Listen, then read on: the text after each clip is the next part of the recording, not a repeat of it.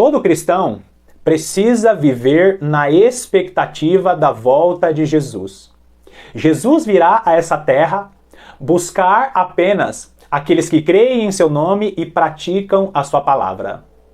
Mas durante muito tempo, foi ensinado de que Jesus viria a essa terra como um ladrão da noite.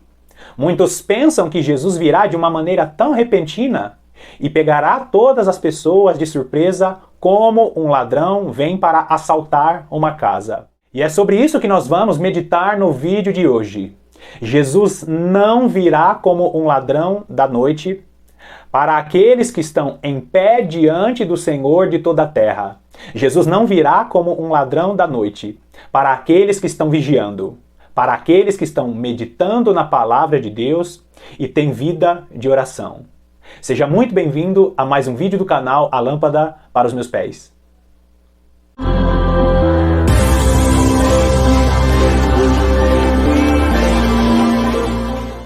E hoje nós vamos falar mais um pouquinho sobre o período mais escuro da história.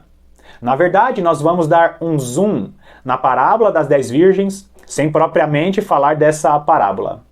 O apóstolo Paulo, em 1 Tessalonicenses, no capítulo 5, ele fala sobre o período mais escuro da história, que é também representado por esse horário da meia-noite.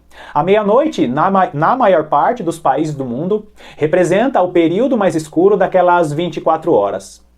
O período mais escuro das 24 horas, ou o período mais escuro da história, está falando sobre o tempo do fim, quando a humanidade viverá em seu pior momento, em seu momento de maior devassidão, em seu momento de maior iniquidade, quando o anticristo estará reinando sobre essa terra. Nós já sabemos que o sistema do anticristo opera, que o próprio anticristo opera através dos filhos da desobediência. Mas chegará um tempo que a Bíblia chama de meia-noite, que o anticristo estará reinando sobre essa terra e acontecerá ali a grande tribulação, muito próximo do retorno do nosso Senhor Jesus Cristo. Mas o que nós precisamos entender é que no período mais escuro da história, quando o anticristo estiver fazendo aquela bagunça em todo mundo, nós sabemos que Deus levantará um povo para estar pregando, para estar anunciando, e este povo estará debaixo da unção de Deus, sendo iluminado pelos 7 Espíritos de Deus, sendo iluminado como a menorá, relatado em Zacarias no capítulo 4. Também Apocalipse capítulo 1 fala que a menorá, o castiçal, estará sendo iluminado pelos 7 Espíritos de Deus. E nós precisamos entender que a igreja tem que estar iluminada para estar iluminando este mundo no período mais escuro da história. Só que quando todas essas coisas acontecerem, a igreja do nosso Senhor Jesus Cristo estará desperta, estará atenta e não será pega de surpresa. A igreja do Senhor não saberá o dia, não saberá a hora, mas estará na expectativa da volta de Jesus e não será pega de surpresa. Vai lá comigo em 1 Tessalonicenses, capítulo 5, vamos ler dos versículos 1 a 8, que diz assim: Irmãos, relativamente aos tempos e às épocas, não há necessidade de que eu vos escreva. Se você notar aqui, o apóstolo Paulo já tinha tratado desse tema. Versículo 2: Pois vós mesmos estáis inteirados com precisão de que o dia do Senhor vem como ladrão de noite. Ele está dizendo aqui que o dia do Senhor vem como ladrão. Vai ser surpresa para muitas pessoas. Presta atenção. Quando andarem dizendo paz e segurança, eis que lhes sobrevirá repentina destruição, como vêm as dores de parto, a que está para dar à luz, e de nenhum modo escaparão.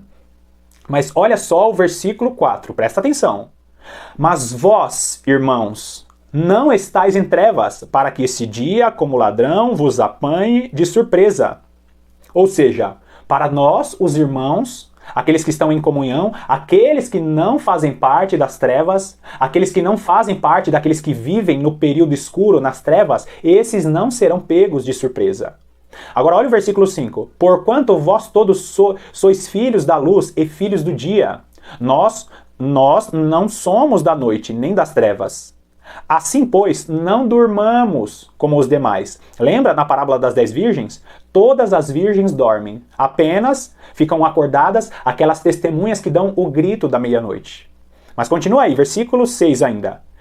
Assim, pois, não durmamos como os demais. Pelo contrário, vigiemos e sejamos sóbrios. Ora, os que dormem, dormem de noite, e os que se embriagam, é de noite que se embriagam. Nós, porém, que somos do dia, sejamos sóbrios, revestindo-nos da couraça da fé e do amor, e tomando como capacete a esperança da salvação.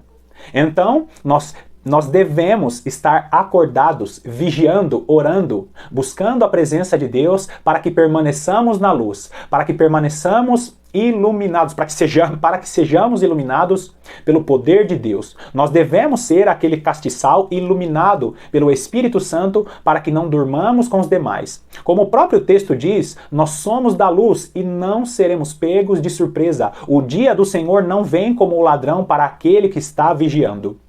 Agora, as duas testemunhas, que eu já falei aqui em vários vídeos, inclusive nesse vídeo também eu vou deixar na descrição, o ensino das duas casas de Israel, as duas testemunhas são judeus e gentios, aqueles dois profetas, aquele povo separado que estão diante do Senhor, que estão em pé diante do Senhor de toda a terra. Esses não serão pegos de surpresa. Por quê? Porque eles estão na expectativa dessa volta de Jesus. Vai lá comigo em Apocalipse capítulo 11, vamos ler os versículos 3 e 4, diz assim: Darei as minhas duas testemunhas que profetizem por 1260 dias, vestidas de pano de saco. Presta atenção aqui. Se você não conhecer o ensino das duas casas de Israel, essa profecia ela é escondida para você, ela é bloqueada para você. Por quê? Porque as duas testemunhas aqui são judeus e gentios, segundo a profecia de Jacó, segundo a profecia que desceu ali sobre todo o reino do norte e sobre o reino do sul, as duas casas de Israel, que futuramente se tornam judeus e gentios, essas duas testemunhas vão profetizar por 1260 dias, ou por 3 anos e meio, né, aquele período mais escuro, aquele período mais tenso da grande tribulação, e elas estarão vestidas de pano de saco, como eu deixei aqui em destaque. E o que seria vestidos de pano de saco? Elas vão estar na expectativa da volta de Jesus, por isso elas vão estar com vestes de humilhação, vestes de arrependimento. Todos aqueles que estão atentos na expectativa da volta de Jesus não serão pegos, né? Não serão pegos de surpresa, não vão ter a volta de Jesus como se ele estivesse vindo de surpresa. Por isso, queridos, é importantíssimo estar em pé diante do Senhor de toda a terra, orando, vigiando. Olha o versículo 4. São estas as duas oliveiras, os dois candeeiros, que se acham em pé diante do Senhor da terra. As duas testemunhas, o grupo de pessoas que já está e estará sendo separados para profetizar durante este tempo, esse grupo de pessoas estarão orando e vigiando e vão estar vestidos e vão estar vivendo na expectativa da volta do nosso Senhor Jesus Cristo. Agora, Mateus capítulo 26, Jesus ele nos mostra o que realmente significa vigiar. E você que é cristão, que está na expectativa da volta de Jesus, você precisa entender o que significa vigiar, o que significa estar em pé diante do Senhor de toda a terra. Olha só, Jesus estava naquele período muito próximo de ir para a cruz do Calvário, vivendo aquele momento de aflição. E ele leva com ele Pedro, Tiago e João. E olha só o que acontece. Mateus capítulo 26, nos versículos 40 e 41, que diz assim: E voltando para os discípulos, achou-os dormindo e disse a Pedro: Então nem uma hora pudestes vós vigiar comigo? Vigiai e orai para que não entreis em tentação. O espírito, na verdade, está pronto, mas a carne é fraca. Aqui, nesse momento, Jesus sabia que ele seria entregue aos soldados, que ele sofreria muitas aflições, que bateriam nele, que ele sofreria em seu espírito pela opressão daquela batalha espiritual e que ele sofreria, dores em sua própria carne. E ele chama ali os 3 discípulos, Pedro, Tiago e João, para estarem vigiando com ele. Então, o que significa vigiar? Vigiar significa orar todos os dias e meditar na palavra de Deus. A palavra de Deus, ela estava ali diante dos discípulos, o verbo que se fez carne estava diante deles, ou seja, o próprio Jesus representa a palavra de Deus. Ele é o Logos, ele é a palavra escrita, ele é o verbo, a palavra falada, a palavra viva. Ele é a própria palavra. E ele chama os discípulos para completar, essas duas ações que são importantes, orar e vigiar, Meditar na palavra de Deus, que é o próprio Jesus. Nós precisamos ter a palavra em nossas mãos, não somente para fazer aquela leitura rasa, mas meditar na palavra. E nós precisamos ter vida de oração. Todo cristão, ele precisa ter vida de oração, e essa vida de oração, ela é diária. Isso que representa na Nova Aliança o sacrifício diário. Nós devemos orar todos os dias. E assim Deus, espiritualmente, estará nos colocando em uma condição de vigilância. Então, como eu falei no início do vídeo, todos aqueles que meditam na palavra e têm vida de oração, estão sendo colocados pelo próprio Deus como aqueles que são vigilantes. Se você ora, se você medita na palavra, você está na expectativa da volta de Jesus. E Jesus não virá para você como um ladrão na noite. Mas você, sabendo que existe um tabernáculo lá no céu, você está na expectativa de Jesus sair deste tabernáculo, depois de fazer a expiação pelos nossos pecados, e nós estaremos aqui fora, aguardando a saída do nosso sumo sacerdote para nos redimir de maneira completa de nossos pecados. Jesus não virá como um ladrão na noite para aqueles que estão na expectativa de sua volta.